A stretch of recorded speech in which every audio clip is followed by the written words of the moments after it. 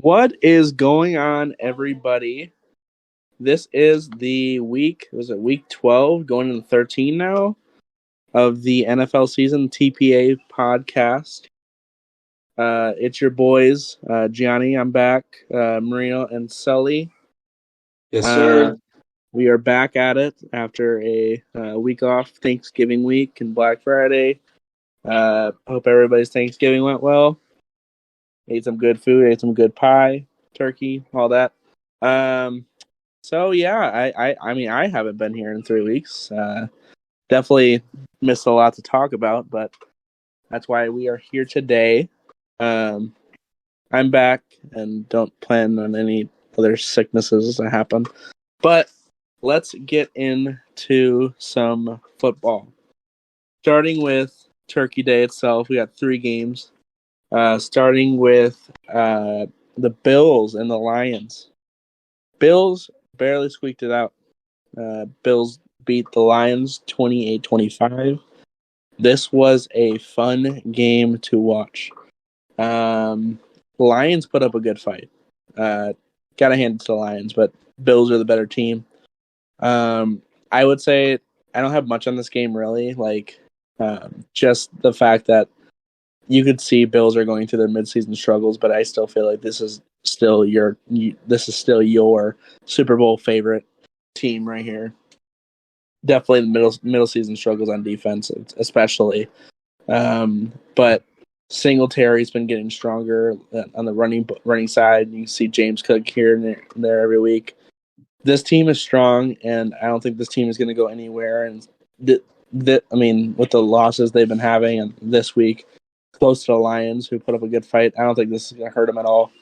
Bills are the team to beat right now, in my opinion. Um, I mean, as a Super Bowl favorite. Right now, they pretty. I don't know, but that's all I got really. Lions side, Jared Goff had a pretty good game, 240 yards, 2 touchdowns. And then my question is, why aren't the Lions using DeAndre Swift? Only having 5 carries and 19 yards. Jamal Mm-mm. Williams has been a beast though. Yeah, He's had 14 now touchdowns this season. yeah. Uh, been going crazy. And then Amon-Ra St. Brown, thank you for those fantasy points. 122 receiving yards and touchdown. Lions are Lions are a tough team to beat, but um, put up a good fight. Put up a good fight against the Bills here. No, the Lions really did play a great game this game. It was close throughout the whole first half. The Bills got up by a field goal at the start of halftime, but the Giants or the Lions really had a chance at the end of the game if they had a few more timeouts. They managed the clock a little differently to have a attempt to maybe go into overtime, but they ended up leaving the Bills too much time on the clock. The Bills got a field goal in the fourth quarter, and that's all she wrote. But overall, Jared Goff looked really smooth throwing the football today. Like we said, Amon-Ra St. Brown helped out a lot. He had a monster game. But in terms of the Bills, looking at them after this game as a playoff contender, obviously I still like their team a lot, but their offense does have its struggles, relying on the run game in different ways and having Josh Allen run the ball when they're in tight spots. I don't know if I love that in terms of looking towards the future, but I still think that they have the explosiveness that comes with having Josh Allen as your quarterback and having all these speedsters on the outside. And their defense is a championship level defense in my opinion, especially on the front line and the linebackers. We'll see if the Bills have the ceiling that we all think they should have with this team. We'll have to see it against more playoff teams. Obviously, the Lions gave them a good game, but the Lions are not going to make the playoffs this year.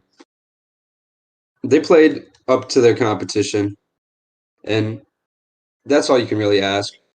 I think that this game meant that Dan Campbell's keeping his job 100%. Uh, there was some rumors that he might get fired, and I think that would have been a mistake. He's too good of a coach to fire, and this team's not that good. And he's obviously having them play their hearts out, keeping up with the Bills.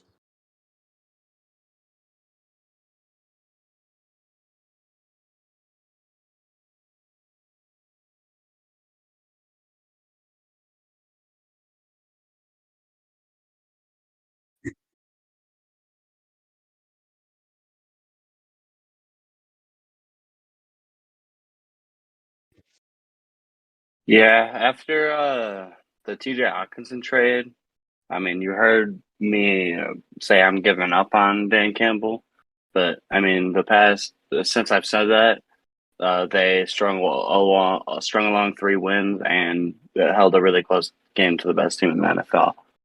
So there isn't much complaints from me. I take back my word, but there's still question marks, like Gianni said. Uh, DeAndre Swift, like, where is he? What happened to him? Uh, why don't you trust him?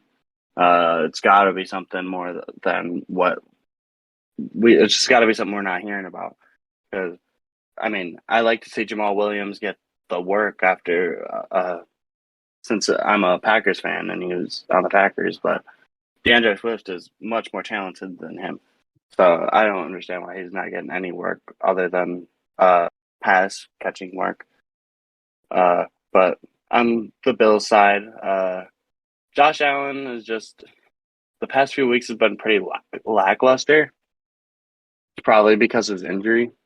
But it's just it seems No, I couldn't when agree it more. comes down to it, he I it can't get were the it's ball in the end zone. worrisome when you look at it in In terms some of the bigger drives, picture, but I overall mean, good win their from the team is Bills, just a lot squeaking better it than the out. A Lions, so win's a they win. were able to muscle this one out. But if they're playing like this against Next, like the Chiefs, they're not going to win that Cowboys kind of beat the game. Giants, 28-8. Good NFC East rival matchup here. Possibly looking like the best division in football, which is surprising. uh, Eagles are great. Cowboys are great. Giants could be frauds. Commanders could be frauds, but they all have good records. But back to the game. Dak Prescott having a decent game, 261 passing yards, 2 touchdowns. Did have 2 picks, but my standout to me this game was Ezekiel Elliott, who had a good get right game, silencing doubters. Everybody's worried about Tony Pollard. This kind of just shut up critics on Ezekiel Elliott. Was pretty much his game here.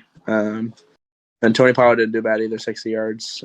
He the best 1-2 punch in football, in my opinion. And then CeeDee Lamb, 106 yards expected. Not much in this game. Just good. Good things. This is a good Thanksgiving game. This is a good game to watch. Yeah, this is a very good divisional game. You love to see these games on Thanksgiving. Dak, kind of a few tough interceptions, but overall, the Cowboys' offense was looking like it should. This worries me about the Cowboys' ceiling, though, that they couldn't really dominate this game like we just seen them dominate the Vikings last week or a couple weeks ago. But CeeDee Lamb, crazy grab in this game. Odell, like how we were just talking about Jay Jettas. Jake Ferguson, I gotta shout out the tight end from Wisconsin. He had a big run this game, 30 yards. But overall, there was a little lack of production from Saquon. They're obviously keen in on him. Uh, Daniel Jones, not not the best game, but he didn't make mistakes. Just overall in the end, it wasn't enough. Darius Slayton continues to be the best receiver on that team, and they're hoping that he can really pop towards the stretch run to make sure they make the playoffs here. But yeah, like we said, overall, this game was just an entertaining one to watch. It actually ended up being the most watched football game in NFL history, I believe. Uh, getting, yep, which is impressive, but interesting that 28-20 game is the most watched game in NFL history. But Marina? Most watched regular season game, I think.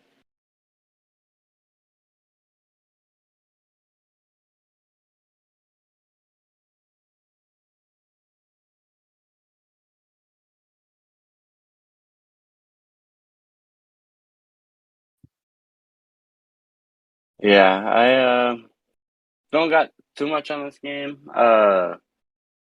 Daniel Jones didn't have a terrible game from passing standpoint, but to see him have 35 attempts and Saquon have only 11 rushes is questionable to me. I'd much rather see Daniel Jones only throw the ball 20 times and have Saquon run the ball 23 times. Like, just feed your guy. Gary Brightwell had half the carries and pretty much the same amount of yards. So I don't understand what is going on from a coaching standpoint, but they need to feed their guy. Kate Kayvon Thibodeau is someone I want to talk about. He had a very lackluster game, but and overall, if you look at his stats, pretty lackluster season. But he draws like their best guys on the line, and he draws the double teams, and he's a wrecking ball, and he's always pressuring the quarterback, and he's finding his way there. It's just he can't finish those plays, but even not finishing the plays, I couldn't agree he's still more. He getting the definitely job has done, that high and ceiling I that you're looking like for him in going pass forward rusher. for that team. Once they get somebody on the For sure. other side of him that's like explosive guy that can use his hands, then I think their pass rush will be pretty lethal, especially if they keep Dexter Lawrence.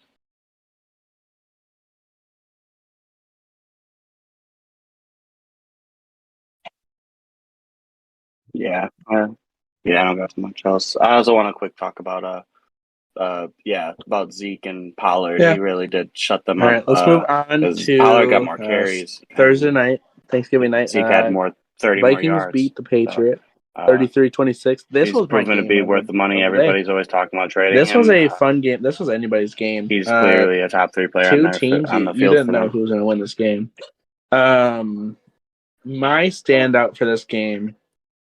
Everybody's been talking about Justin Jefferson, but Kirk Cousins this was his game. This was Dalvin Cook didn't do much on the ground, so Kirk Cousins took over and got it to his guys.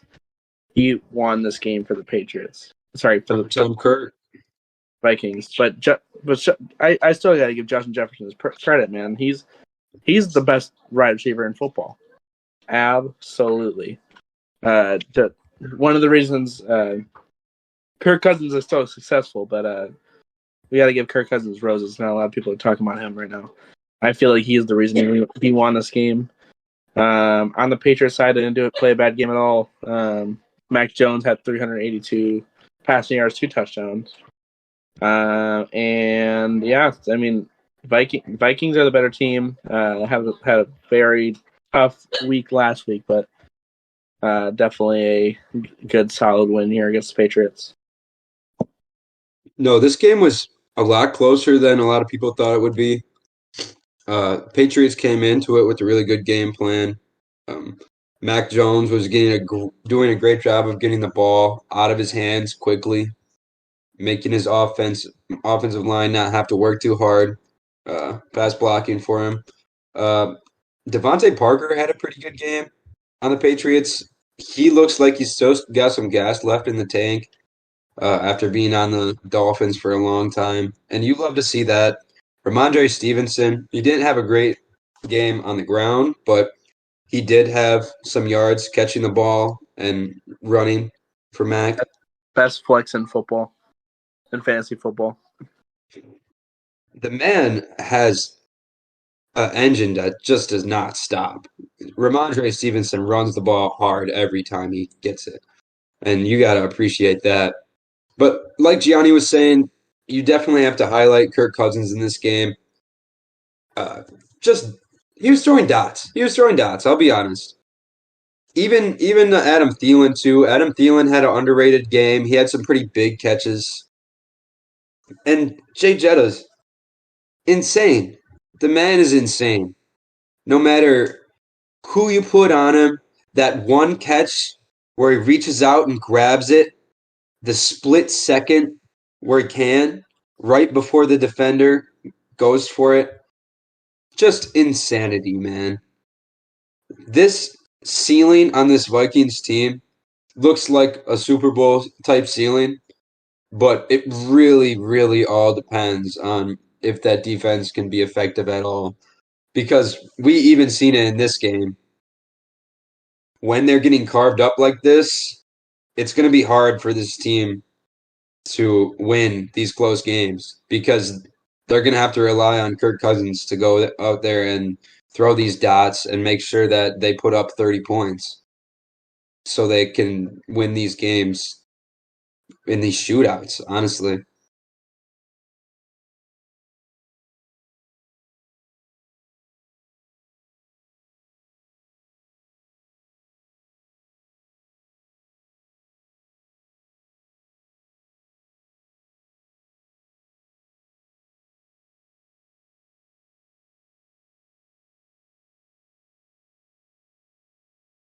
Yeah, you guys were highlighting Kirk. I like how Mac played this game.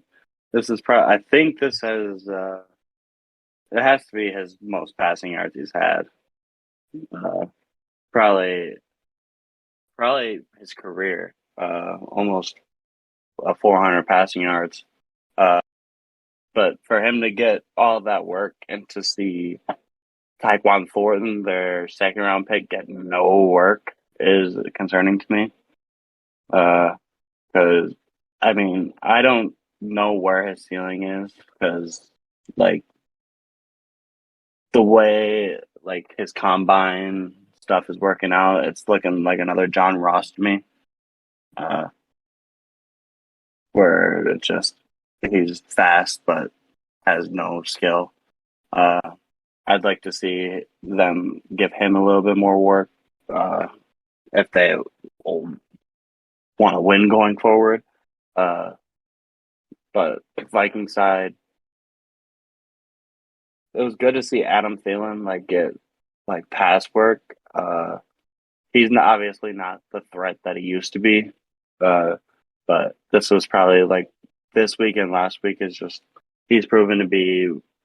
He's not the best second receiver in the league, but he's up there. He's close, and he's showing that he's still got a little left in the tank, and he wants to win. He didn't get Dalvin Cook, on the other hand, he didn't get a lot of holes that game. It was like bad blocking and run offense. 22 attempts. That's what I saw. 42 yards. I don't think it was all Dalvin. Expected. The Patriots have a good defensive line. Who it's just talked about to be a top 5. He looks more agree. Limited for such a talented player.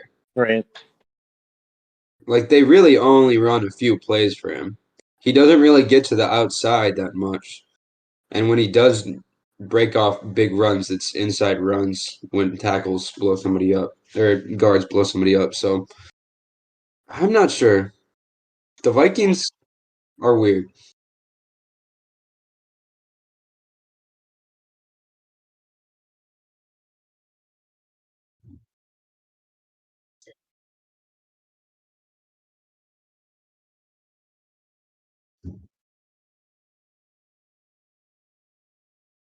Yeah, it's like the way they play is like they're like they pass the ball like, oh, we got Justin Jefferson, like now we got TJ Hawkinson, let's get him the ball. Oh yeah, we have Dalvin Cook too. And it's like yeah, let's get him some work too. There's that up the middle. Move on to Sunday. I'd like to see him more Dolphins more of an beat explosive Texans guy 30-15. you like to see I him wish try I to told make you I had something for misses. this game. Like he's I they're one of absolutely their have best nothing. playmakers. I'd like to see a Rather little bit than more out of him. Tua could have played a little better, but it wasn't a bad performance. Uh, I don't have anything about this game. Texans suck. This is an expected win. All their points came second half. I don't care. I don't care about the Texans. Another good win for the Dolphins, who are a good team. That's all I got. Yep. They should have won this game, and they did. Obviously, they took their foot off the gas a little bit in the second half, but when you're playing against a team who's tanking, I mean, it's a little expected. Kyle Allen didn't really do much. He had a couple picks. It's just good to see for the Dolphins winning a game they should. Jeff Wilson looked good, and I'm just excited to see the end of this AFC East division. Who's going to end up on top? Because right now, the Dolphins don't look like they're going to be letting off the gas.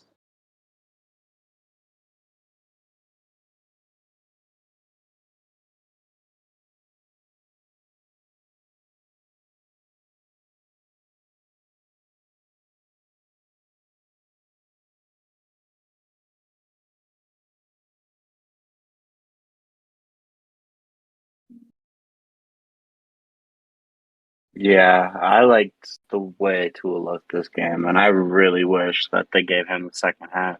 Because I mean, if if they didn't let out the gas at all, this game would have been.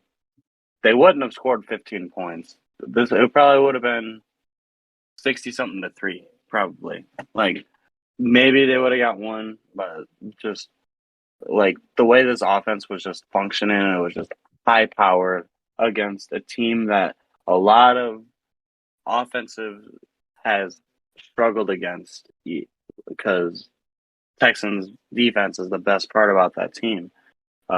And he completely torched them. Uh, but yeah, the Texans had no will to win this game. And that's their Kyle goal, Allen looked as they terrible should. until the second half when they had their practice squad in basically. Move But on to yeah, Bengals taking out the Titans you're just 2016. praying that what's his Um, name comes good back, game for Mr. and I Mr. mean Mr. they're just Shiesty. gonna get the first round pick anyway, their first overall pick anyway, so it doesn't matter. 278 passing yards and a touchdown. Perrine Yeah, that was having a that good shit. performance, filling in for Mixon. 17 carries, 58 yards and a touchdown, along with 4 receptions and 35 yards. T. Higgins being wide receiver 1 in place of Jamar Chase, who hopefully comes back this week. 114 yards and a touchdown there. And then my MVP for this game was the defensive line for the Bengals. Stopping that man, Derrick Henry did not even let him touch 40 yards. Derrick Henry had 17 carries and 38 yards. He did have his 79 receiving yards though, but stopped us on the ground. Tennessee didn't have an answer. Close game, but Bengals are just a better team. The expected win for the Bengals for me, even though Titans are okay, but Bengals are the better team. Yeah, this was a bit of a slugfest of a game. Got close in the second quarter, and then they were just trading blows, seeing who could get into the red zone to try to get some threats at the end zone. But in the end of the day, Joe Burrow went out there and won the game, as he should. He's looking like, the guy that we've seen last year that led them to the Super Bowl. Samaje Perine, interesting on or a interesting game catching the ball out of the backfield. I like to see that, especially with how many weapons this offense has. Amazing, amazing defensive game to hold Derrick Henry to only 38 yards. He had that long run that was a fumble that ended up being a touchdown for the Titans. Just overall, good win for the Bengals. It puts them in better position in the AFC playoff race. I think they're going to be scary.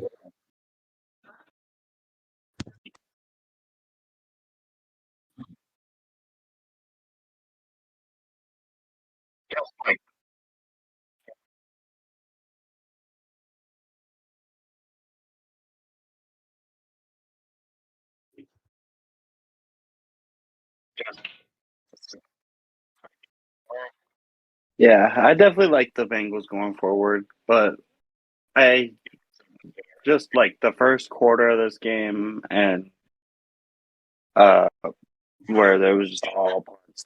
That first quarter was terrible to watch. But just I kind of expected more out of him. Like he had a good game. Don't get me wrong. Like that defense is not easy to play against, but I don't know. I expected a little bit more of him lighting it up. It seems that he's losing trust every week in Tyler Boyd. Uh, Even he went from one of the most reliable slots in the NFL to someone that barely gets any work. And I don't understand why that's happening. Uh, yeah, going over to the Titans,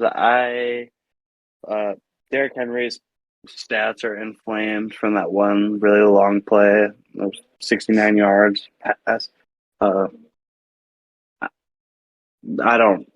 I hate their offense. They just have a It's good to see ceiling. Traylon Burks Their personnel just come gives out them a now, ceiling. though. And Uh, I don't think that he's not they're looking going like to an be AJ anything Brown, more than but just he does look a like a playoff receiver, a possible one-hit receiver for wonder them for and the out, future. honestly. It's good to see him finally come back and prove to be a first round pick. Next, we got the Yeah, that's all I got. Panthers beating the Broncos, the sorry ass Broncos, 23-10. I have absolutely no words for the Broncos right now. It is such a I sorry agree. team, such high expectations going into the season, just being shattered. It's just I just don't understand. Russell Wilson, 142 yards and touchdown. Uh, it's just, I mean, I just don't understand. Playing like shit. Hackett should be fired. Darnold. I mean, all right, let's go. Let's go back. Panther side. Let's give him some credit. Darnold had a good game. Not a good game, but enough to win. 164 yards and a touchdown. I don't have much because like I can't say the Panthers played good because the Broncos just played so poorly, dude. Like it's so tough. Like this Broncos team is the most disappointing team I have ever seen. And that's not a joke. Like such high expectations go down the drain. These Denver Broncos, who were supposed to be this, probably supposed to win the division, like tied up with KC most likely. No, they're 3-8. They're dog shit. They don't know what their future is anymore. Um, Losing to the Panthers like this is a shame. Without McCaffrey with new coach, it's just a shame. No, it's very disappointing and it's very concerning. I mean, we've already sounded all the alarms on the Broncos. Gianni couldn't have said it any better. Uh, Good game again for Devontae Foreman, though. He's really getting his time to shine. Well, he can. Uh, Honestly, I don't have anything much besides that. Nathaniel Hackett's gonna get fired. I think that's obvious at this point. But yeah, we'll see what they go into next year looking like.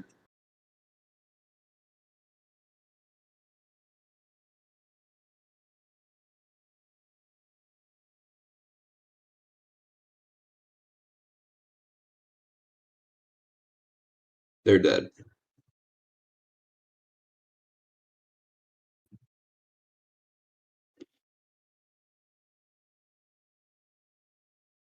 Took me 12 weeks to say the Broncos are garbage. They are a bottom five team in the NFL. It, it's so sad to see. But it seems that the Panthers kind of got their system figured out, that their backup their backup quarterback system, they where they are just the backups just go in for 1 or 2 games and just shine. Like, even though it's not like that much stat padded, like Sam Darnold looked good this game, and every time one of their backups go in, PJ Walker, uh, Baker Mayfield. Baker Mayfield, after he went in for PJ Walker that one game, he won them the game. If they just keep rotating their guys after 1 or 2 games, they could make the playoffs. They're not completely out of it. It's good to see DJ Moore come into his shell finally, especially because he was in huge trade considerations this year, and he's had a very The lackluster year so Panthers still far. have some talented young players Also, on their shout out team. Brian Burns. He played a They really just need good a game quarterback. with 2 sacks. Yeah, man. The Broncos suck. Move on. Let's move on. Good to see You Maryland. guys want to talk about the Corpse on most elite performance NFL of the field week? again. Let's do it. Let's move on to the motherfucking Jets beating the Bears 31-10. Mike fucking White, 315 passing yards, 3 touchdowns, only 5 incompletions. Give this man his roses. Give this man his sunflowers. Give it everything. This is your starter going forward. I am not over exaggerating. I think the way he played this game, I just hope it keeps going. Mike White, I am on the Mike White train so hard. I was last season. I am this season. I want to see this man succeed. I think let's move on. Garrett Wilson had a great game. I feel like he can be a star in this league, and he showed it here. No question. 95 receiving yards, 2 touchdowns. And then get to see Moore starting to get more love there too. 64 yards and a touchdown. But Mike White, I can't be happier to see this man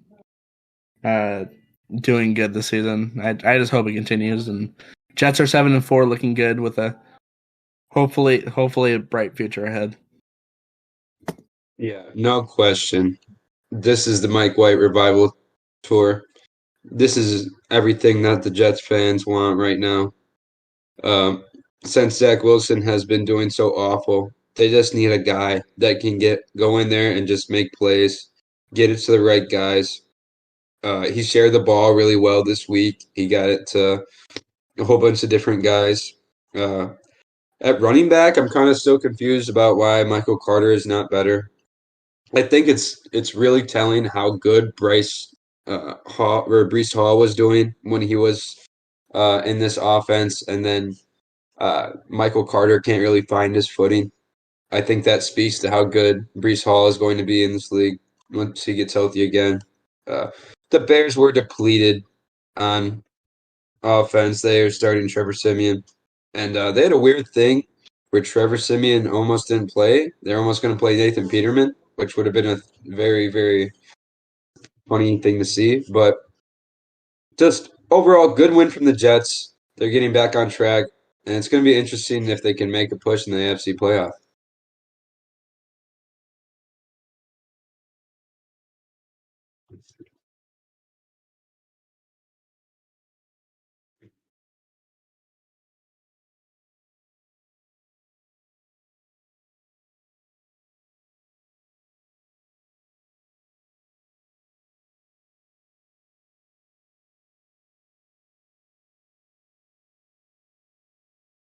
Yeah,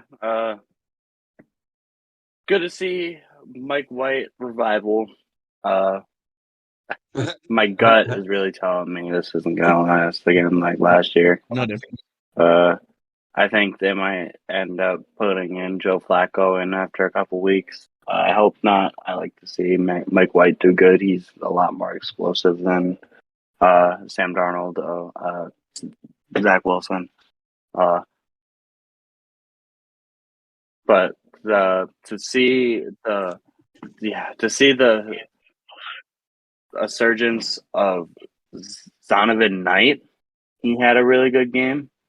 I believe, went undrafted. If not, he definitely was drafted in like the 7th round. A lot of these rookies are sleepers, and once you start to give them work, some of them are really going to shine, and to see him shine like that is really good. Elijah Moore having a good game, even though it was only 2 catches. He's kind of just been complaining all season. He just doesn't. I feel like he didn't feel like the offense was centered around him. To see him get a touchdown is really good, morality wise. And Yeah, Bears, Zonovan Knight was their an whole team is undrafted free Justin agent Fields. this past year. They So can't do yeah, anything if he's it's not good to there. see an And undrafted guy. sucks Great that story. Darnell Mooney's out for the rest of the year. If it, they definitely Absolutely. weren't giving up on their season. They Let's definitely move should on now. to the Get the Commanders best pick beating the possible. Falcons 19-13. Holy shit, the Commanders are 7-5. How did we get here? Heineke has how many losses do we have now with Heineke? Maybe 1. Heineke is on a roll, even though he didn't have the best performance this game. He didn't need to. It was a good defensive game, both sides of the ball, and both teams had a good defensive performance. Only 138 yards, 2 touchdowns, and a pick for Heineke. Brian Robinson had a good game, 18 carries or 105 yards. Before I continue, Mareno, I'm sorry you started Curtis Samuel this week.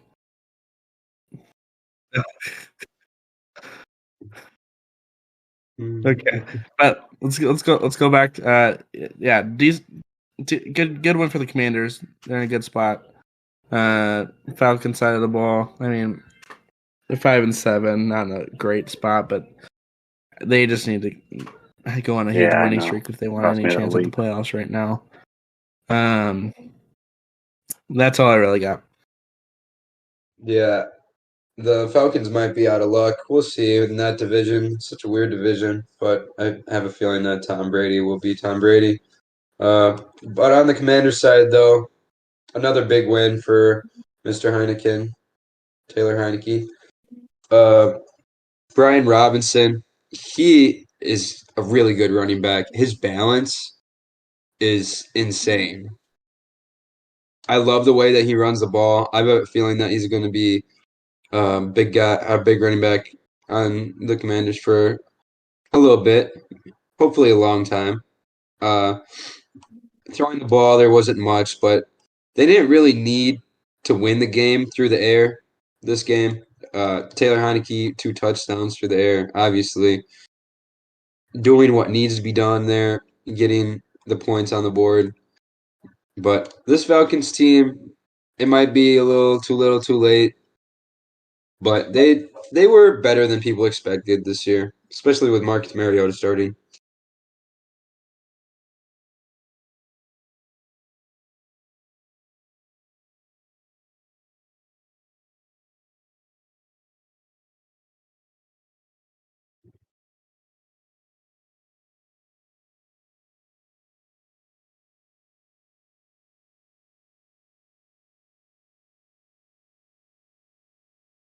Yeah, I think that this game definitely was the dagger and Falcons' glimmer of hope into the playoffs. There's still a couple weeks left, so I'm not. Things could change, but it seems like they're kind of starting after Cordell Patterson was out for so long. Seems like they're starting to lean more with Algier. They split the same amount of carries. Algier did a little better. You just at the beginning of the year, you've seen it was just a Cordell Patterson show, and he got hurt, and the team just plummeted thence. So to see them just completely give up on him, well, not completely, but it does feel like they gave up on him. Kind of sucks. And one of the biggest disappointments is Drake London. Just getting no love. Like Olamide Zacchaeus had 5 receptions for 91 yards. Looked amazing. Even though, who is he? I've never even heard of him before Zacchaeus has this always year. been like a wide receiver 3 for a couple. To I mean, wide receiver see 3, wide receiver 4. outwork The last couple of years their for the first Falcons, round and top 5. seeing him have a good performance top 8, top 5 good pick because he's always just been is very there, impressing. like, I don't in the understand what's shadow going of on. Calvin Ridley and Julio Jones when he was there. Yeah, that's all I got. Gage too. Good to see Zacchaeus have a good game, good performance. Let's move on to Browns and the Bucks going to OT, but Browns winning 23-17. Now, the Browns are 4-7 going into this coming week where Mr. Deshaun Watson makes his return with 10 of his accusers in attendance. But Deshaun Watson makes his return for the first time in, was it 2 years now? Yep. It's been a while. Been like 700 days exactly. Where do the Browns go? Where are the Browns going to go? Are they going to go on a huge winning streak? Is Deshaun Watson back? Or is he just going to be another Jacoby Brissett? That remains to be seen. But Brissett in his last game as a starter, as of right now, had a decent performance, 210 yards, touchdown, had a pick. Nick Chubb, it was really his game though.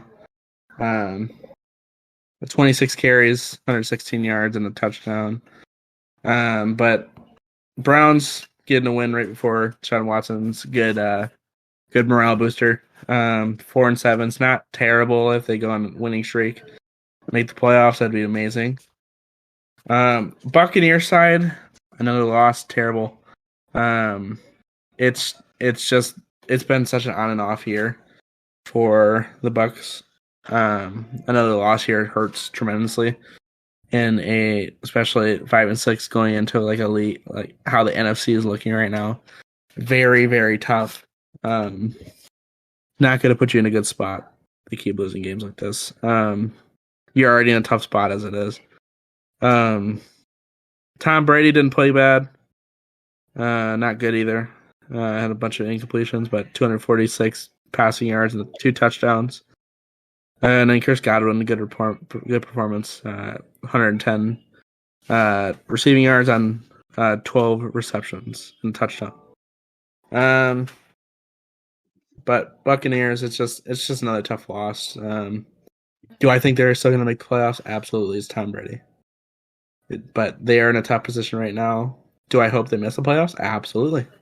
But it's Tom Brady. It's scripted league. You know, that's all I got. Yeah, it seems like there's no other team in that division to really take the Buccaneers spot while they're not looking too great.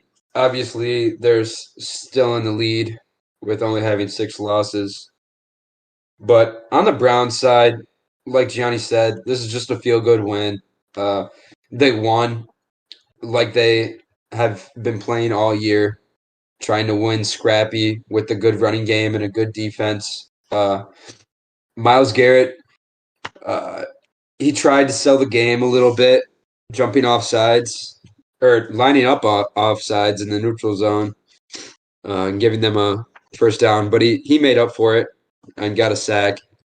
Amari Cooper, he just still looks like one of the most talented wide receivers, and it's insane to me that the Browns got him for a 6th-round pick. Looking back at it, because when healthy, the man, he's just a talent. Jacoby Brissett, not an astounding game, but towards the end of the game, he was just making the right plays finding the guys when he needed to, getting completions, and he snuck out the win under the Buccaneers' nose, and you got to give him credit for that at the very least. And he'll be a backup quarterback next year, looking for a starting job. But I mean, he's shown this year why he is an NFL player and an NFL quarterback. But that's about all I have for this game.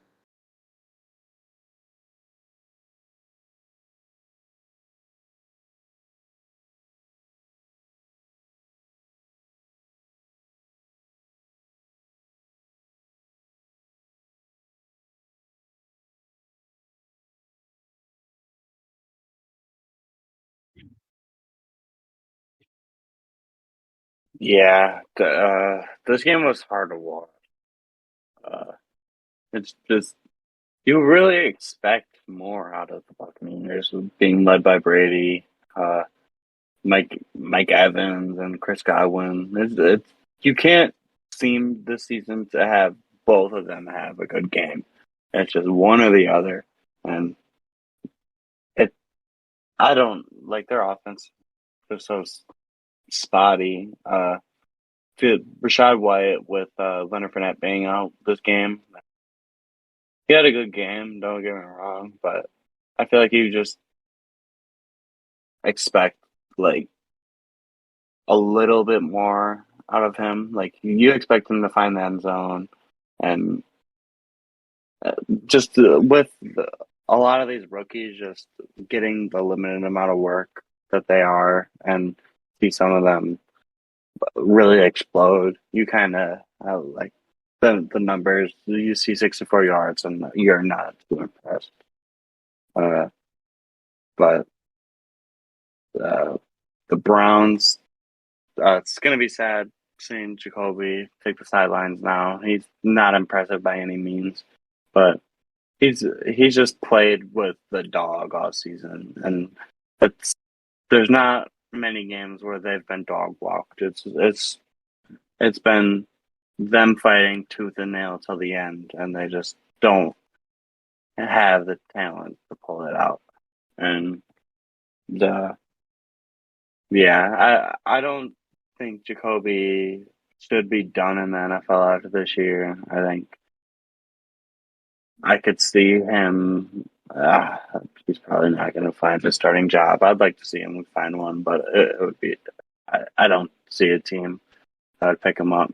It's a quick little thing on. Good to see David Bell get 4 catches too. I gave him a shout out at the beginning of the year. Definitely not having the type of season I thought he might. But see, Jaguars beat the Ravens. Him get more catches than people Jaguars Jones beat the and more Ravens yards. 28-27. And I said this is just another example of that fourth quarter curse that has been haunting the Ravens all season. I'd like to see some more yards though. Tough loss. That, man. Tough loss. Dominant pretty much all game.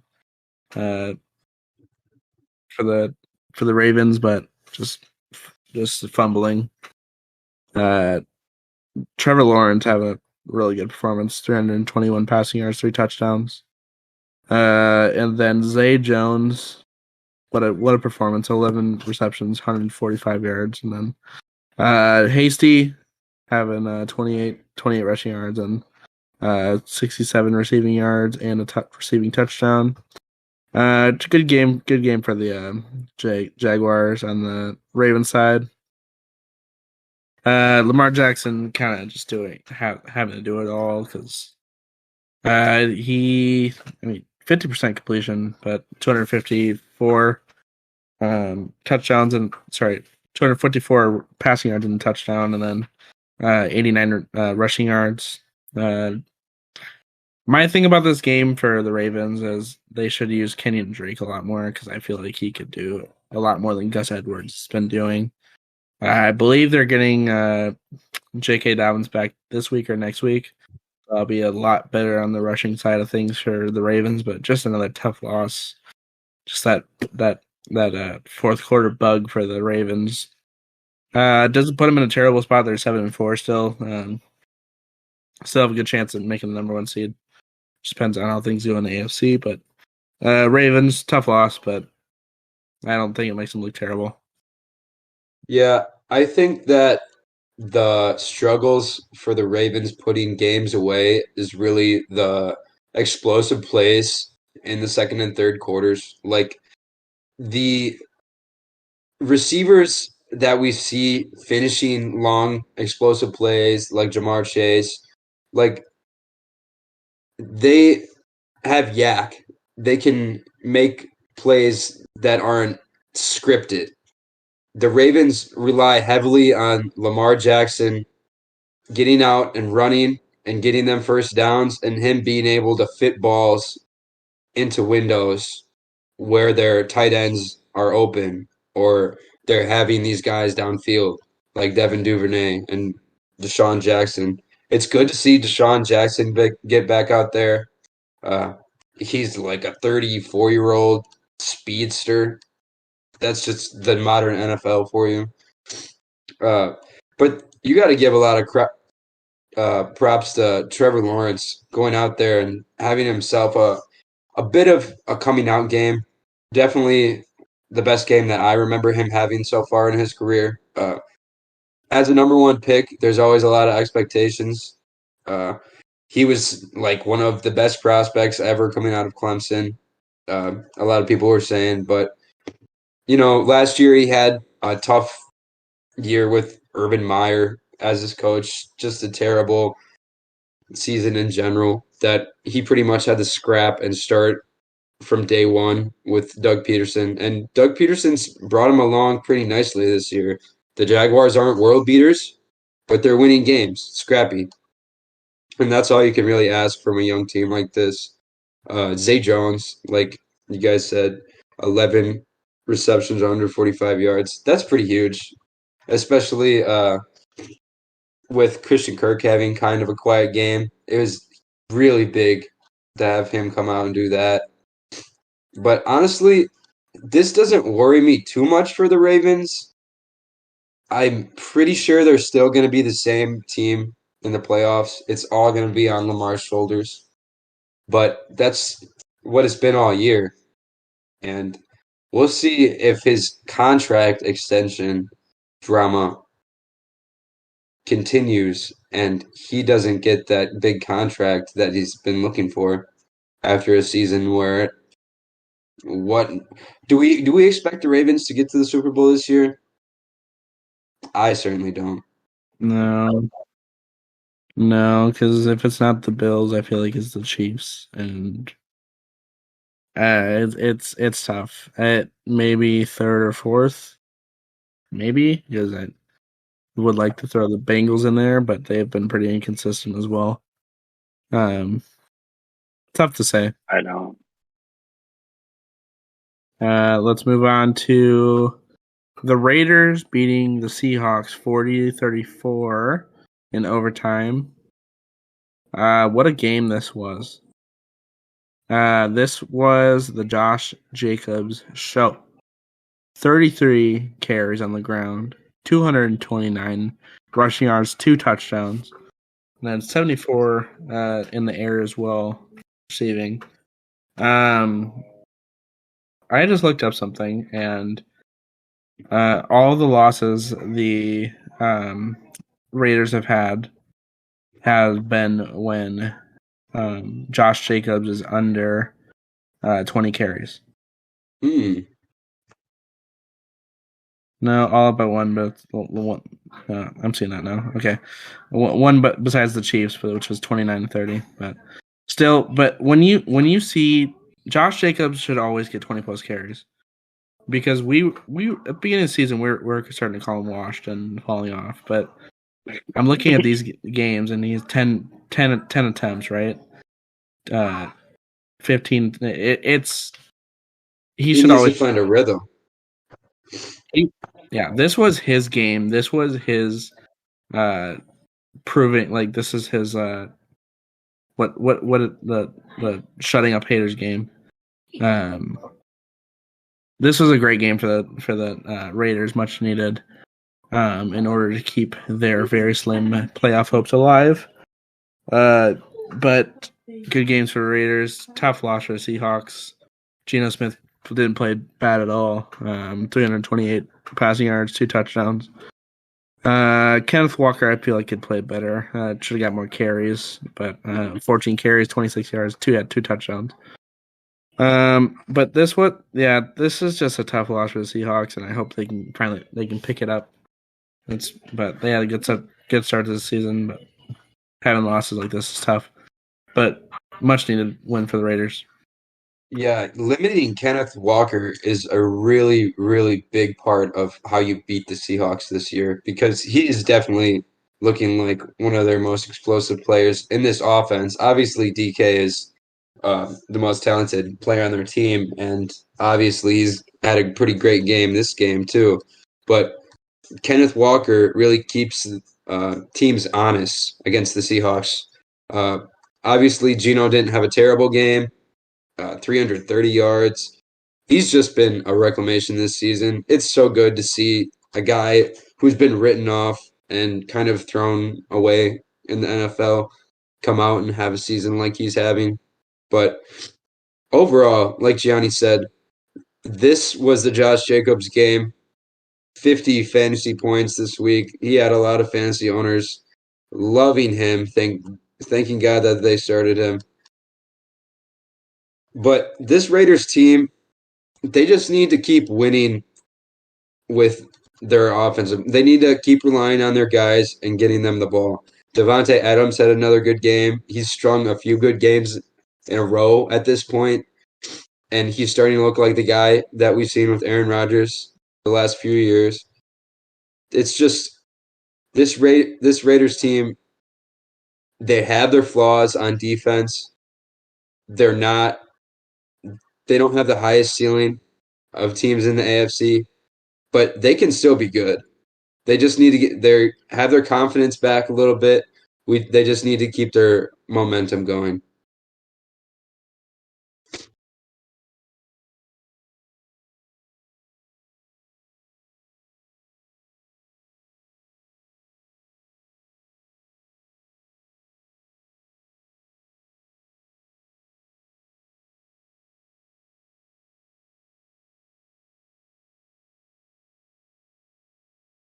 Yeah, I definitely don't see the Raiders making a playoff. I don't see them making the playoffs, but I definitely they're not far off from being a really good team. It's just the pieces that they don't have really show when it comes down to it. But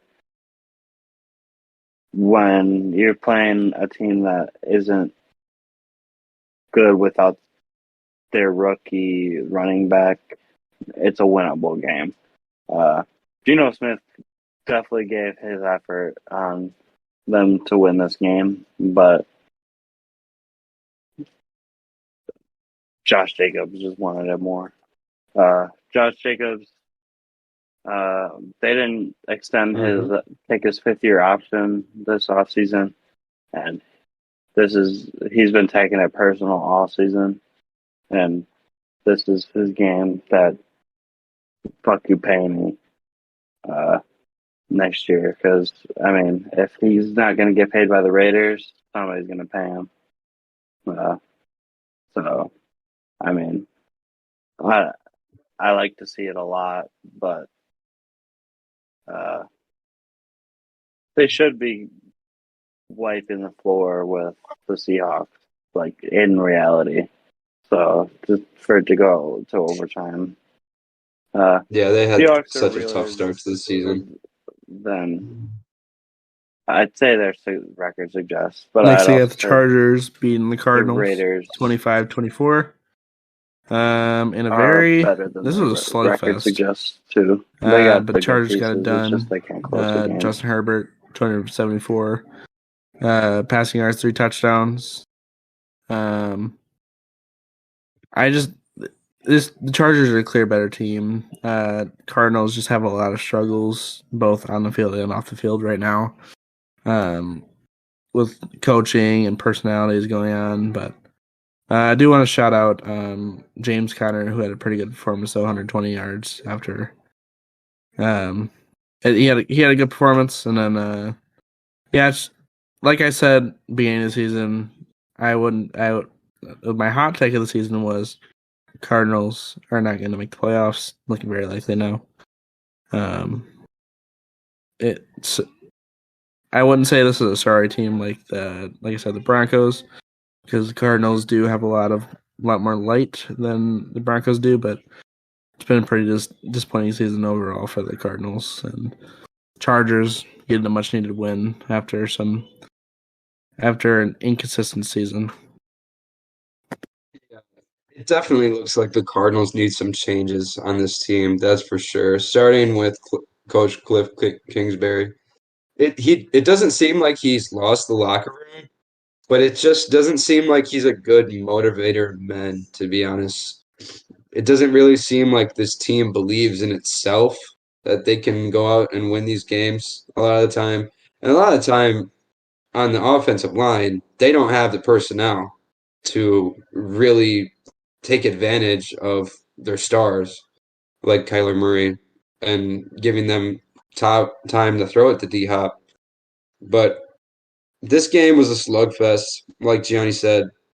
The Chargers kept him in it with Justin Herbert passing the ball.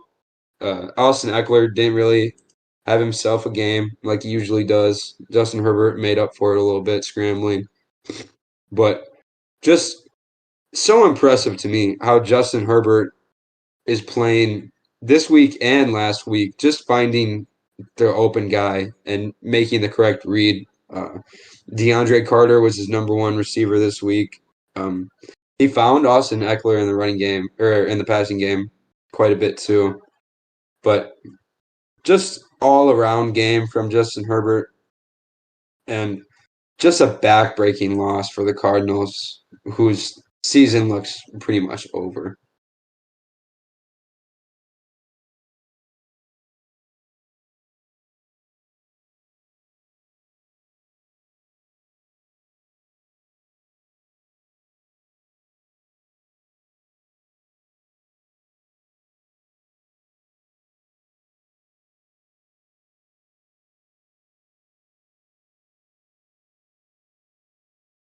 Yeah. The Cardinals, like, this is the healthiest they've been all season. And to see them lose like this is pretty frustrating. And it shows that, like, this was their chance, really, to show that they could be a playoff team. And they fell short, just like they have all season. Kyler Murray, you just gotta get more out of him. They pay him so much money, and he's just been so lackluster. Good to see that Marquise Brown's back. He didn't really get too much work. He got 46 yards. But yeah, that'll be good for them going forward. They're not going to make playoffs or anything, though. But on the Charger side, they won the game. Honestly, I don't know how. I don't like that. I mean, Eckler obviously got the pass work. He got 11 catches for 60 yards and touchdown. And I'm not saying anything against that, but to see only 5 carries for 20 yards is a raise for concern to me. I get that their passing game was just working all game, but the Cardinals don't have front seven that's scary to me at all, and teams should be able to just run it down their throat. The only guy I like on there is Isaiah Simmons, and that's it. Like, they should be able to just Move on run down to their 49ers throat, beating the Saints. They barely even ran the 13 ball. to zilch. So I don't like that. They still this was a ended pretty up good winning defensive the game so on both sides. I don't Don't let have the too zero much negative to say, but distract you from how yeah, good of a that's fine. performance Saints put on defense. Only limiting this 49ers team, who's been red hot as of late, 13 points. offensive side, though, is just so bad. So bad for the Saints lately. Nothing going on with Andy Dalton. Alvin Kamara costing me games in fantasy. Nothing going on. Just they need a new quarterback, and they need to stop thinking that any hope with Andy Dalton, any hope with Winston's gonna no. They need a new quarterback if they want to succeed. But on the 49ers side, like I said, it was a good defensive game. Great performance on defense for the 49ers, shutting down the Saints to no points. I do want to point out something though.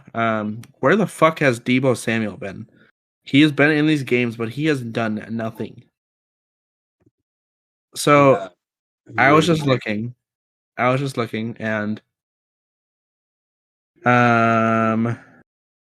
who would you assume that the leading receiver for the 49ers would be? You would assume Deebo Samuel, but no, it's Brandon Ayuk, who is 141 yards ahead of him. Deebo Samuel has been nowhere as of late. I don't know if that's with the shift with McCaffrey coming in, but it's just questionable. But yeah, good one for the 49ers. Yeah, it's been interesting to see how Kyle Shanahan is handling all of these star players being on his team. He's a great offensive coach, but juggling these guys is going to be hard. Debo obviously is going to get a lot of attention. Same thing with George Kittle. And sometimes Brandon Ayuk is going to be the guy who's open downfield, and Jimmy's got to get him the ball. So I think if Jimmy keeps making the right decisions, it just increases this team's ceiling. And if it's going to keep Debo healthy in time for the playoffs. I mean, hopefully it all's worth it in the end. But on the Saints side, I just have one real takeaway. Jameis Winston should be on the field. It's clear at this point. I don't really understand why he's not. Andy Dalton is a backup quarterback in this league, and he's not a starter anymore. And he's not leading this team anywhere.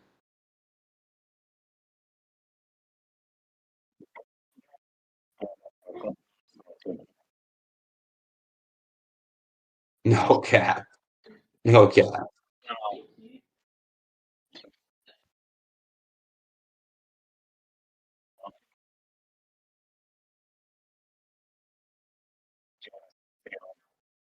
Andy Dalton hasn't played game-winning football since he took the Bengals to the playoffs.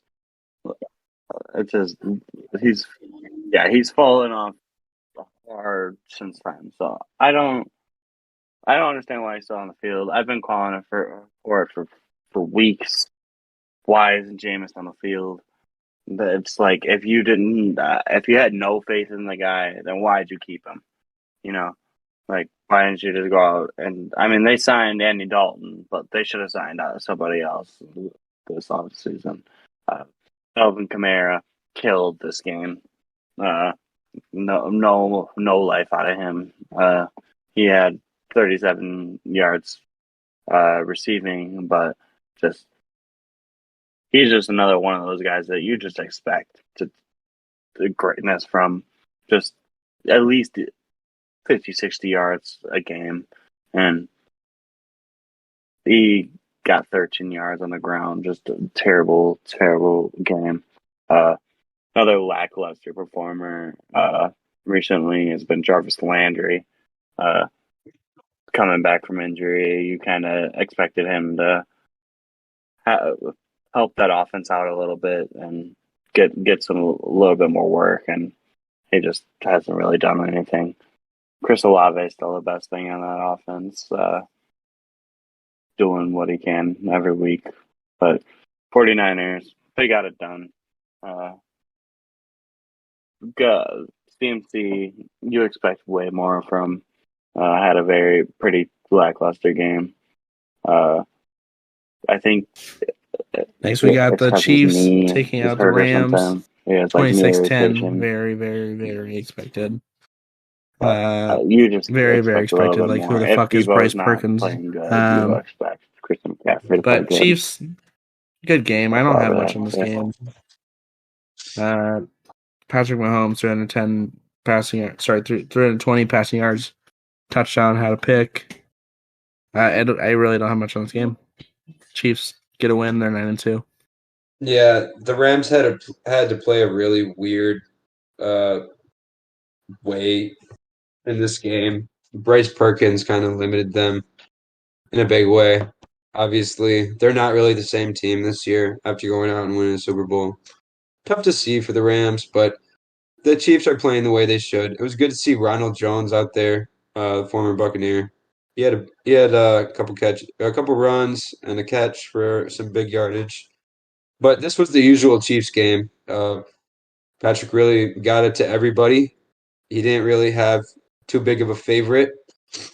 Uh, Travis had the touchdown, but pretty good uh, game from Pacheco. 22 attempts. He's finally looking like the workhorse for the Chiefs because they've had a little bit of a revolving door at running back this year too. But it's interesting to see which guys are going to be coming out for the Chiefs. Obviously, they're a dangerous team in the playoffs, but with the new squad out there, who's going to really shine? And it looks like it's just going to be Patrick just distributing.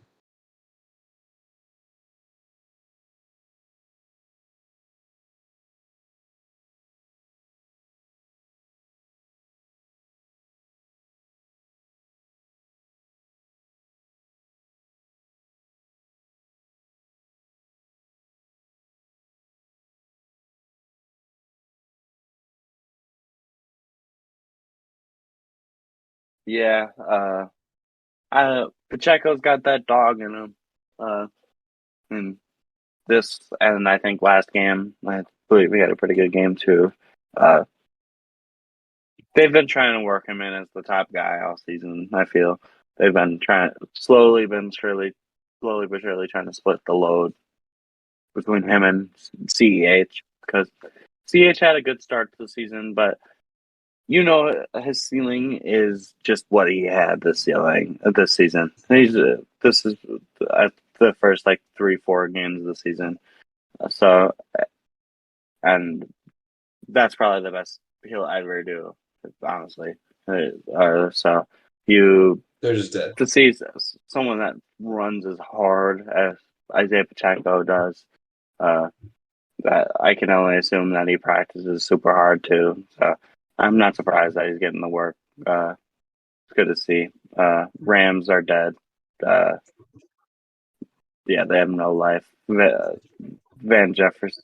Yeah, they have no receivers without Next Cooper Sunday Kupp. Night Football. The offense is. The Jalen Ramsey Eagles got beat the cooked Packers by 40-33. Travis pretty Kelce. much crushing the Packers' playoff hopes. Yeah, this their season season's cooked. with this loss here. My biggest, this is probably one of the more frustrating games I've watched this season for the Packers. They didn't play terrible on offense besides Aaron Rodgers' 2 picks. It's really how the defense played. They played like absolute garbage. Jalen Hurts had 153 passing yards, 2 touchdowns in the air. 17 carries for 157 yards. The most rushing yards by an Eagles quarterback in a game in regular season history. And letting one of the more inconsistent running backs in the league, if not the most inconsistent running back in the league, Miles Sanders, 143 rushing yards, 2 touchdowns. The Eagles' offense absolutely walked on this defense. They had the ball. I feel like they had the ball not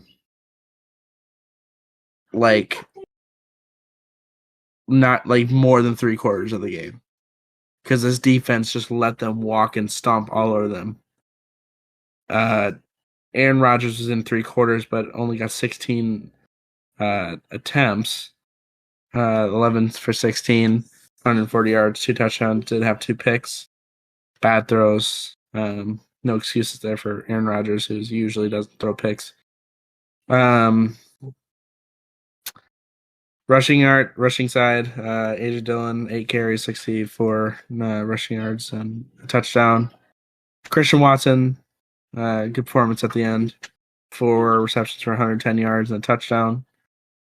I don't know where to go from here with the Packers. I mean, it's just.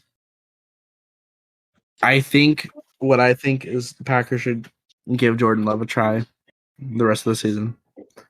According to the Pat McAfee show, Aaron Rodgers is trying to play this Sunday. He feels good, so we will see how that goes. But I feel like Jordan Love never looked better than he did in the fourth quarter against the Eagles team, who is one of the best teams in the league. That fourth quarter, 6 for 9, 113 yards and a touchdown. But I had a legit chance to win the game, but the defense yet again sold. What a terrible game to watch on defense. Joe Barry should lose his job at the end of the season.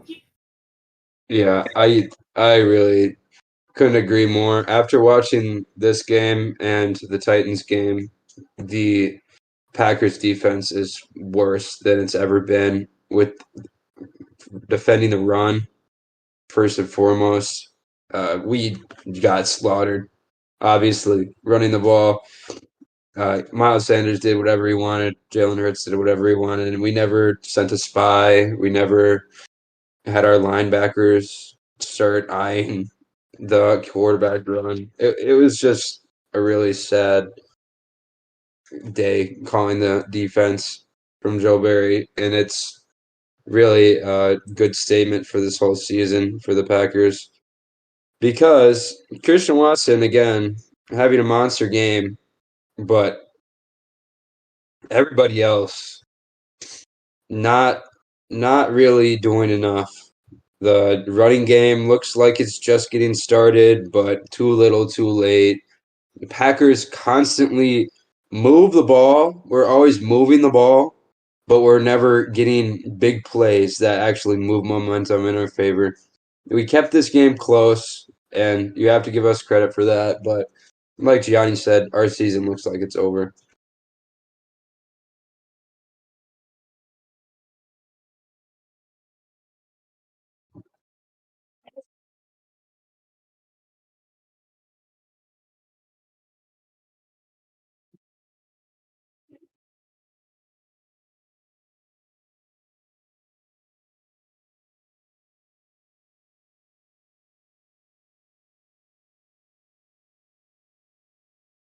I'm gonna start with the Eagles before I get to the Packers because I might as well just rip the Band-Aid off. Um, yeah, I don't understand why they were just able to run the ball as freely as they wanted. Uh, I see Quay Walker as a good, just closing speed, long arms, and good at tackling, and he was just getting cooked all game. It seemed like they were singling out the weakest link, Isaiah McDuffie, and kept bringing Jason Kelsey to the next level and really just making him work. And Isaiah McDuffie, he's got a good nose to the ball, but he sucks. I didn't realize the lack of depth that we had at middle linebacker since Devondre Campbell's been out. But it's pretty apparent. I'm honestly surprised AJ Brown only had 46 yards the way this game was going. It just seems like they committed to running the ball. Just during the game, it was just I said, like, I can't believe we're keeping up, but can the Packers keep up? And they just couldn't keep up. Like, they're at their best they can score 30 points. So if you could just score just more than them, like they're going to fumble a few drives and they're not going to be able to keep up. But Packers, Aaron Rodgers, I disagree with Gianni. I don't think that we should set him the rest of the season. Let Jordan Love cook. I know that the idea of look to the future sounds good, but we have so much money invested in Aaron Rodgers right now, and he is just he can't seem to get started, but that's still one of the best quarterbacks in the league. And that's pretty hard to deny. Good to see Christian Watson come out too.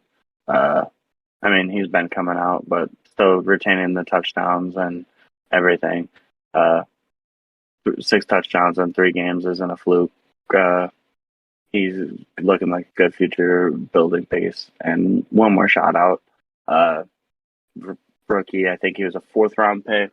Kingsley Enagbare. Here's my point about Jordan Love. I was really hyped when he got drafted because I felt like he fell way too low. I understand about.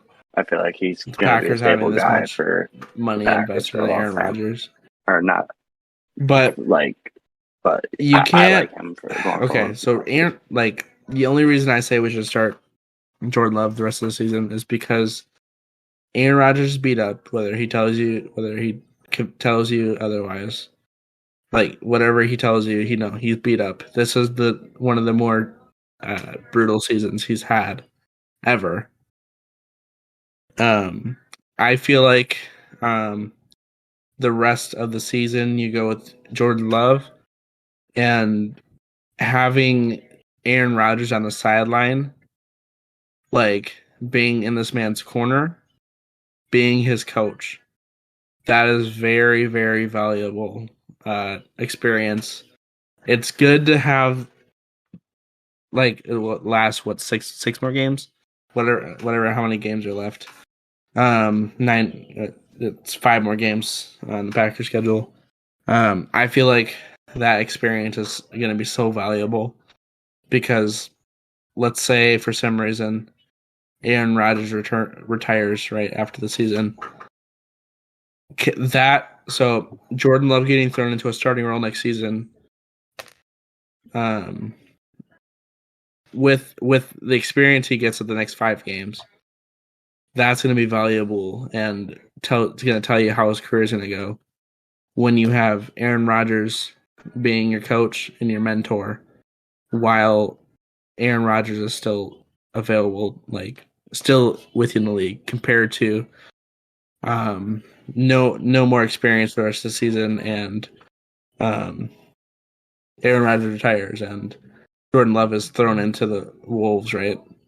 He's gonna struggle a lot more if he doesn't have this experience. And I'm not saying Aaron Rodgers will retire, but I just feel like if they give Aaron Rodgers time to rest and see what Jordan Love can do, or show the potential of what he will be able to do. That's my opinion on it.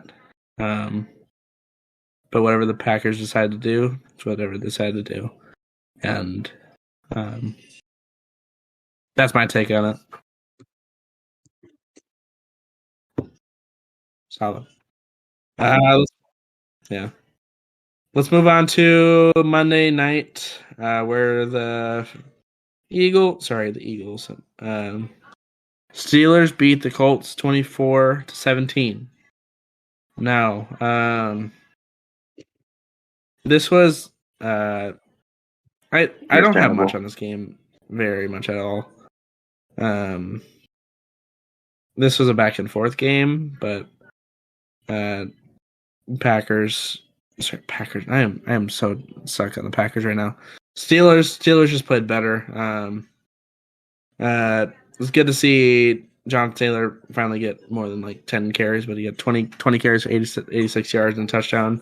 Matt Ryan didn't play terrible, but not good enough. The QB situation in Indianapolis is just so questionable right now because Ellinger didn't do much. Matt Ryan's not doing much. It's kind of tough to see what they're going to do going forward.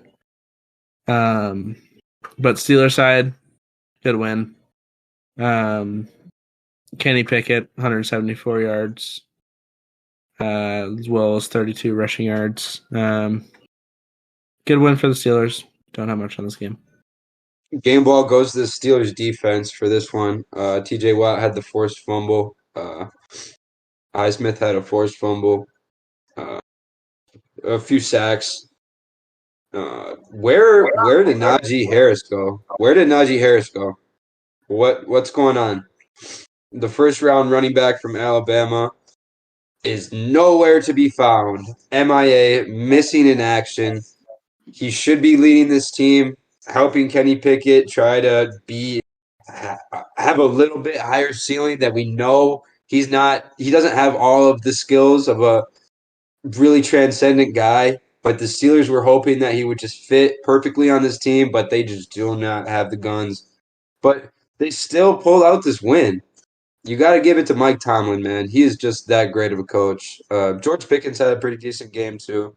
He's a good receiver. He's going to have a great career. Disappointing for the Colts. You got a point, unfortunately, to coaching. Our good old friend Jeff Saturday forgot that he had to call timeouts, and he pretty much lost the Colts this game, unfortunately. But that's going to come when you hire a guy who was coaching a high school team a few months ago, and not a very good one at that. But overall, very weird game, to say the least. But these teams are weird this season. It's a good way to sum it up. Weird.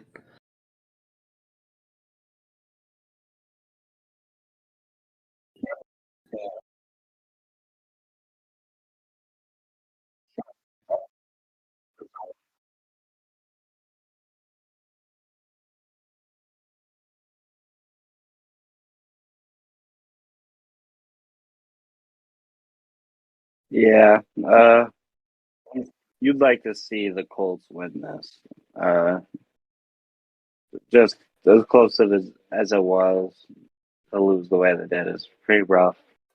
Jelani Woods is starting to look like the guy I thought he might be. He's had good games this season, but he got the main work this game, and he looked really good doing it.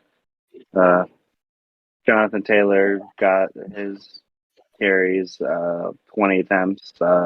He should be doing that. I should have been doing that all season. So I like that about Jeff Saturday's regime. It's just, he's a new coach. The growing pains are going to happen. The way the Steelers play, their defense is what won them the game. Their offense doesn't play game-winning football at all. Kenny Pickett can't throw a touchdown to save his life. He's had 3 touchdowns this year and 8 interceptions. That's I don't understand how they're even 4-7. A lot, but I mean, I was looking at a lot of teams are 4-7 this year. I was like, a lot of teams seem like they're 4-7. Yeah, 6 of them are. Really weird. But yeah, just Time for power rankings, boys. What makes this team is TJ Watt. This was tough. He's just a force to be reckoned with. He makes before, plays when I they feel need like, it. And we lost Mareno. They were really missing him when he was gone. We will. I'll keep going. Hopefully, he joins back. But I feel like this was one of the tougher ones to make, and I feel like a lot of ours usually are similar, but I feel like this one's not going to be similar. Yeah, we haven't heard from you for a few weeks, so it's going to be interesting. I had one for you, and he didn't take it. But that was the week before the Cowboys beat the Vikings, but I had the Vikings as my number 1 team. Spicy. after that Bills win. Let me text Mareno real quick and then I'll get started. Just a second. There was a movement for me this week, but I have a lot of the same teams. All right. I have all the same teams, actually. Marino's joining back. I kind of want to wait till he can hear this because I want. Here we are. There we are. L phone. All right. So we're going power rankings. We're just talking about how tough these were to make, and our similarities are. We're probably not going to be very similar compared to previous weeks, just due to how things are moving around in the league. But I will start. Sorry, my phone died. No, matter of fact, Marina, I want to hear yours first. Let's hear your power rankings first.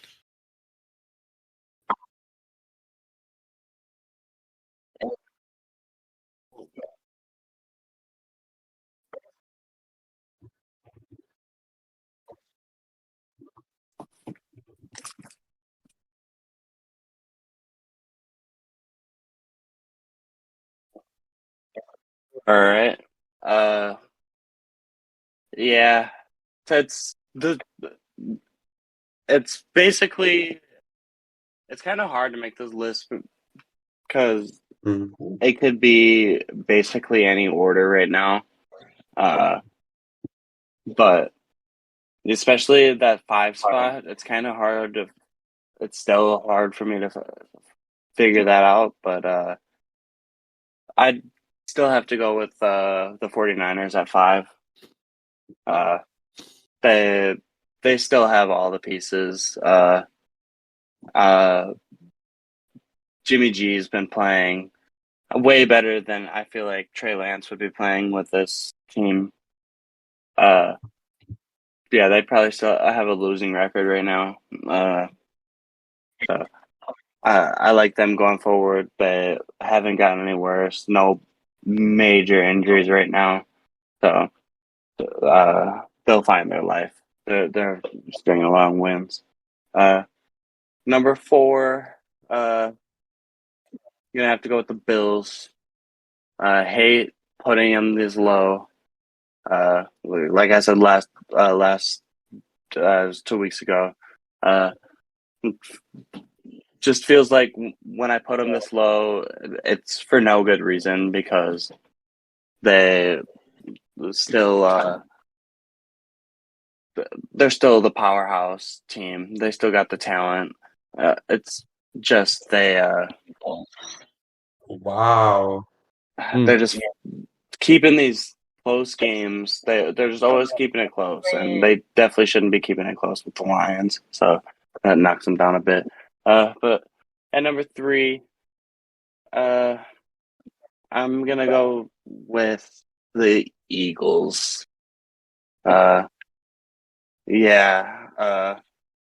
Just the only reason I do this, it's still what I had basically on my last list. But they gave up 33 points to the Packers. I mean, I love the Packers. I'm a Packers fan, but just the way they've been playing this season, like their defense. If their offense wasn't so good, they would have lost this game. So, I mean, they got to tighten up some things, but I like them going forward. They're still going to win the NFC, but just AFC just a little bit stronger. And at number 2, I'm going to go with the Dolphins. If this last week, if they didn't take Tua out, it would have been 60-15, and everybody would be completely agreeing with me. But just that offense looked lights out, looks better than it's ever been. The Texans are 1-9, of course, and not the worst team they're definitely the worst team in the NFL. But you've seen them keep a close game with the Eagles, and everybody's just struggled to really move the ball against the Texans, and to see them they're so explosive, and it seem like they could do whatever they want. But at number 1, I'm going to go with the Kansas City Chiefs. Yeah, there's not much else to say. Patrick Mahomes is definitely my MVP frontrunner right now. He's just the way he moves my the list ball real is quick insane. because honestly, me and Marino were thinking really He's similar having this 300 week. yards on any I given have night. this difference though. I have And the that defense Vikings is squeaking in at definitely 5. playing like they Obviously, can keep this up. they had that And they're close win definitely against the probably Patriots my top that 3 maybe Super shouldn't Bowl have been contender so right now. close, but they have the record this season and they have the offensive talent. It just depends on if they can string it together in the playoffs. At the 4, I have the Bills too. I have to agree with Marino. Even though they won, it's concerning that it was so close with the Lions this past week.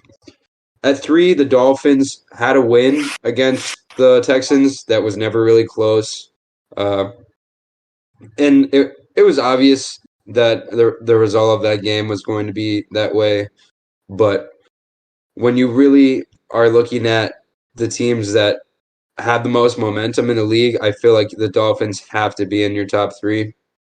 2, I still have the Eagles. Even though it was a close game with the Packers, they still came out with the win. And when you really watch that game, they dominated that game in general.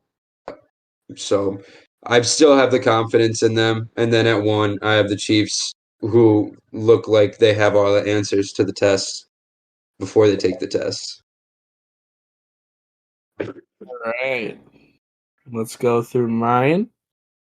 Number 5, I have the 49ers. 49ers they didn't really show it this week, but are red hot on offense. And even red hot on defense as well. And they showed that this week. This could be one of the teams to beat in the NFC. Number 4, I have the Vikings.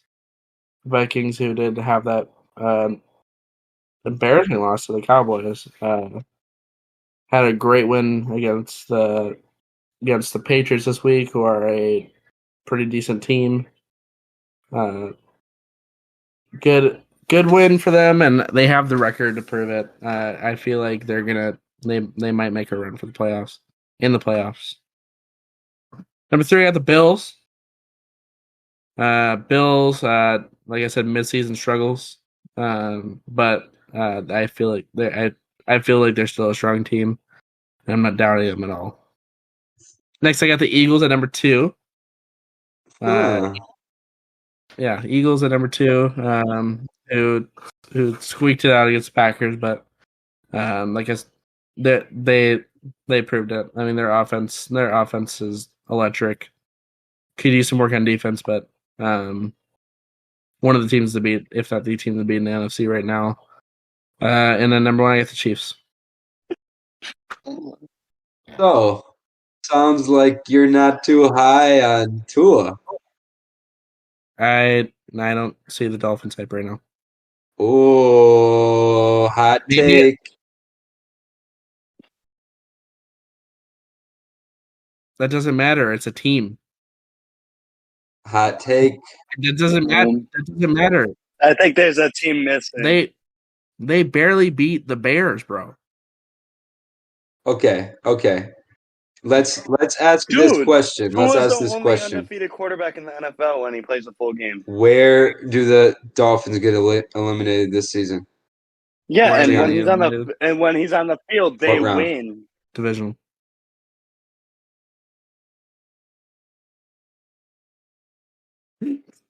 Okay, was he playing? Who is the second best team in the AFC? Second best team in the AFC? The Bills? Bills and Chiefs are going to be the AFC Championship as long as they're the 1 and 2 I can seed. see AFC Championship. That's what I've been saying all season. That's what it's going to be. I mean, they're not the number 2 seed right now. Right that now, would be the Dolphins. This season struggles, but there's no way. Bills are We'll going to make see. the Super Bowl. We will see. We will We'll see. see. We'll see. We'll see. I like Mike McDaniel a lot, though. Obviously.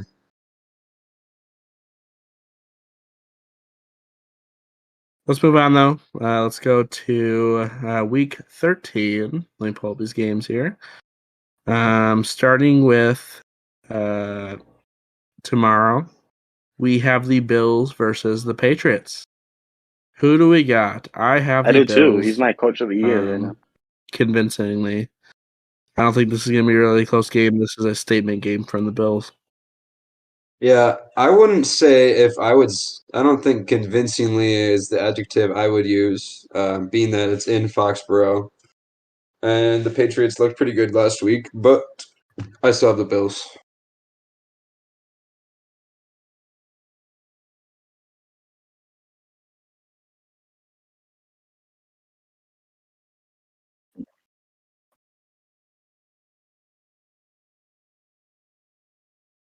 Next, we got the Titans and the Eagles. Yeah, I honestly take Mac Jones. This might be a close game. Passing yards over this week. But I got the seems like Eagles. teams pass really well against the Bills recently, but This is I'm in going to go for Bills. Philadelphia. And that is going to edge me towards the Eagles.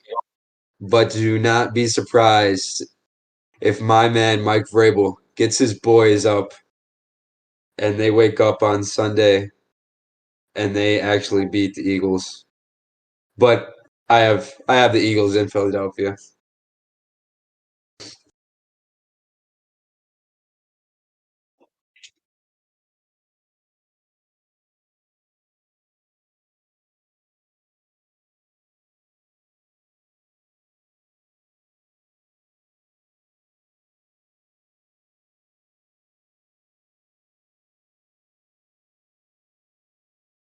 I want to go to the Titans, but yeah, I gotta go to the Eagles. I feel like they He's a got all the motivator, to makings say the to beat least. the Eagles, though. Just run the ball, keep the ball out of the Next, Eagles' we hands. have Mike the Vrabel is one of the coaches Packers that versus the you Bears. can really see him pulling Man. out the win against the best team in the best record team in the NFL. So I wouldn't be surprised if they win. I don't think he's playing. I think we're dealing with a separated shoulder. Let me quick check.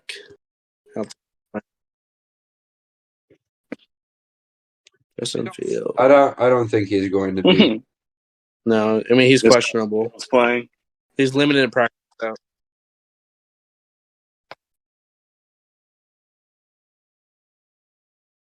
Nah, Packers is a safe choice, but I just feel like I don't know, man. This Packers team is so disappointing. Say it. No, Packers. I gotta go. Well, I have to. Packers would win regardless. I always thought you were going to say it. Yeah, I think regardless of, there's a situation where Justin Fields somehow plays and Jordan Love plays that I actually kind of am rather scared of. But if it's Jordan Love versus Trevor Siemian, I definitely have the Packers. Aaron Rodgers versus Trevor Siemian, definitely have the Packers. I have the Packers in general at this game in Soldier Field. It's going to be loud, though. The only reason I was kind of considering the Bears is because it's in Soldier Field. Let's move on to we got the Steelers and the Falcons.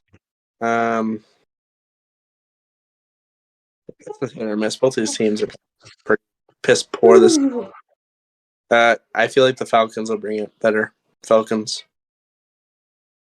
Yeah, the Falcons kind of still have a chance to make the playoffs, and they have Arthur Smith as their coach, who's probably hungry to do a little better this season. So I'm going to go Falcons.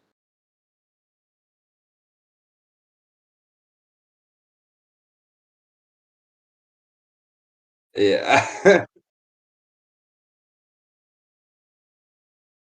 Respectful tag. Respectful. Doing shit, though.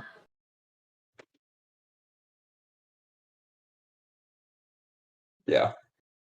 Well, they may have Arthur Smith, but the Steelers have Mike Tomlin, and gotta go with the I think they Steelers should on give this one. Trubisky another chance. Okay. Let's move on. We got Jets and the Vikings. Kenny Pickett isn't doing shit though. Jets. He's stringing long wins and being way more competitive than a lot of people thought they might be. I like it. It's I like it a lot. my upset pick of the week. I just want to see Mike White smash this 9-2 team. It just Rolling with it. Jets, Jets. oh my goodness. Mike White train. Let's go. White train. Mareno. Yeah, I figured.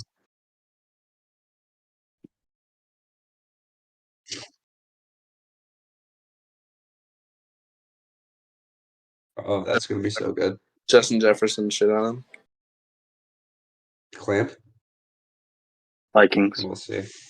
We'll see. Yeah.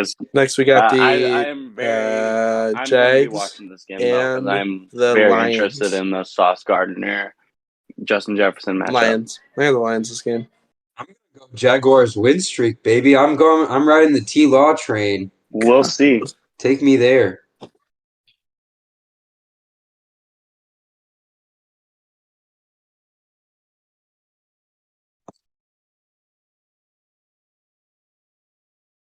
Next we got the Titans. Oh, we got the Titans and Eagles. Next we got, let me scroll. Browns and the Texans. Deshaun Watson. This is game I of the like week right here. the Lions' offense a little bit more recently, so I'm going to go with the Lions. Who's starting quarterback for Texans?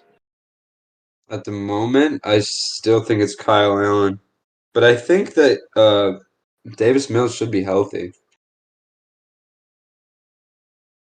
I'll say Browns. It's just it'd be funny if the Yeah, I'm going to definitely be watching this one. Texans beat the Browns, but Yeah. the Browns. It'd be really embarrassing if Deshaun Watson lost this game. I think he's gonna look raw, but the Browns roster in general I trust more. So Browns.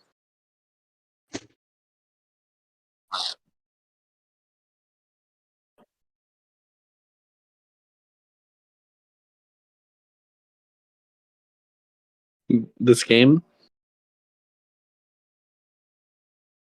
This game. I feel like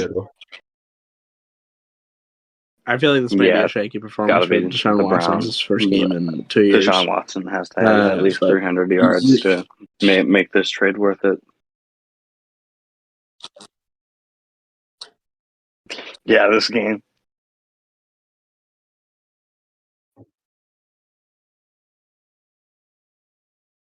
Yeah, they're pretty safe with Kareem Hunt no matter what.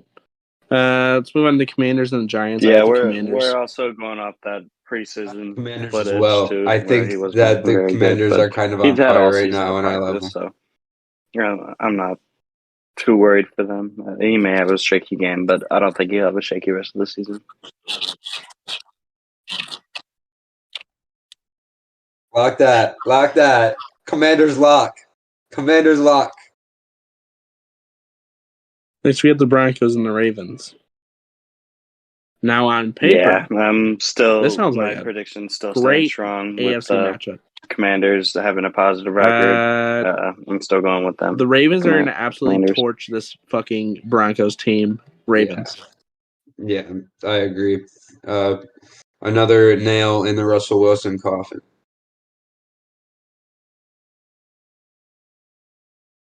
Now here's the matchup. We're just talking about the power rankings. Here is my matchup of the week right here. We have the Dolphins and the 49ers. I have 49ers. Little I'd be surprised. Student versus master matchup with Mike McDaniel and Kyle Shanahan. I really like the Dolphins in this game. I'm not gonna lie. I'm so geeked to watch this game. It's gonna be so fun. I'm going Dolphins.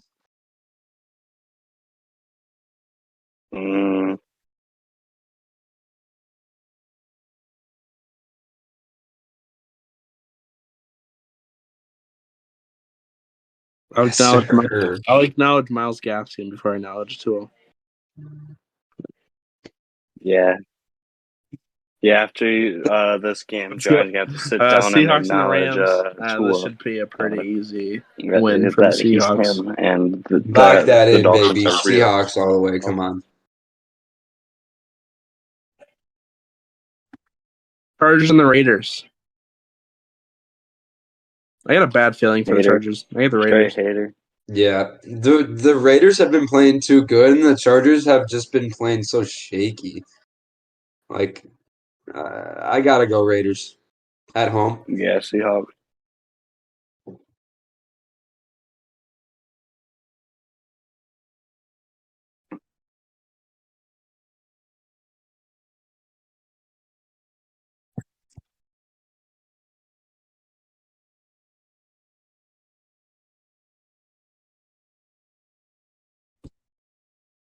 Next, we got the Chiefs and the Bengals. I think I'm gonna go Um, Chargers. But I mean, if the man, Raiders this can go win, either way. I got Chargers are the 6-6, and Bengals. Raiders are Bengals. 5-7. So I that have the division Chiefs. still I toss think up. that they Versus have a second bad best. taste in their mouth after the AFC divisional round last year and taking an L or a championship game actually.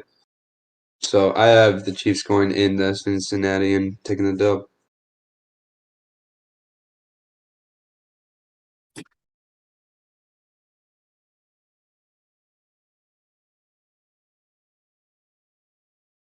Word. Sunday Night Football. Why is this? Why Just Colts, talking about that. Colts and the Cowboys?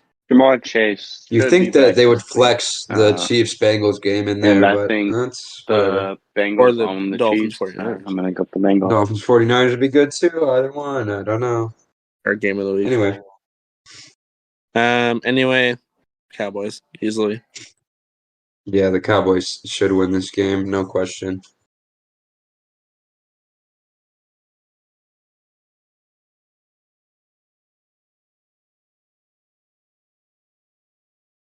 Then Monday Night Football.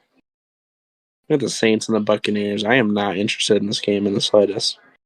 But like I said, Buccaneers are just scripted, turn I'll it laugh around. if I got the Buccaneers really easily this game. Colts win. Yeah, this I'm going game to Cowboys. is kind of a boring one for Monday night, but it is also a division rivalry that we see is always a pretty good game. So, but I still think that the Buccaneers are going to pull it out. The Saints showed me nothing on offense this past week, so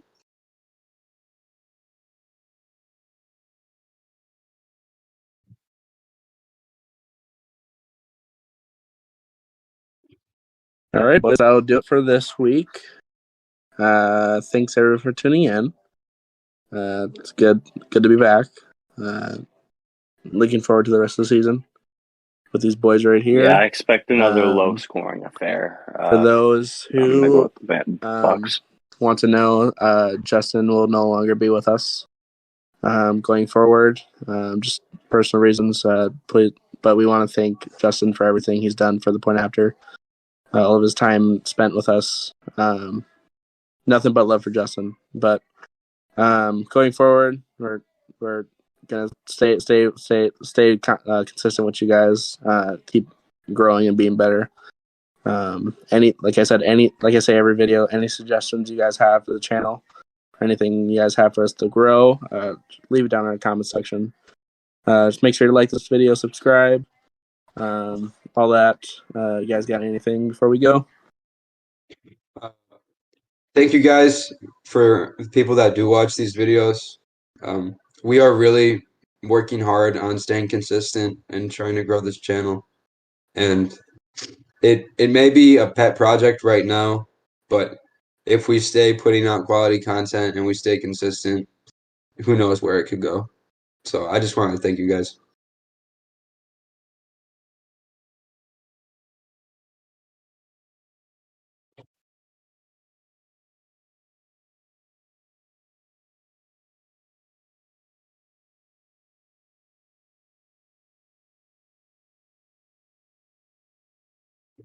Peace, But guys. until next week, Yeah, we can't do it without you TPA is guys. out. Like Johnny Gianni, said, Sully, please and throw Mareno. suggestions, whatever you guys want to hear about. If you guys have any questions, maybe just any topic suggestions, please let us know. We love you guys, and thank you for listening.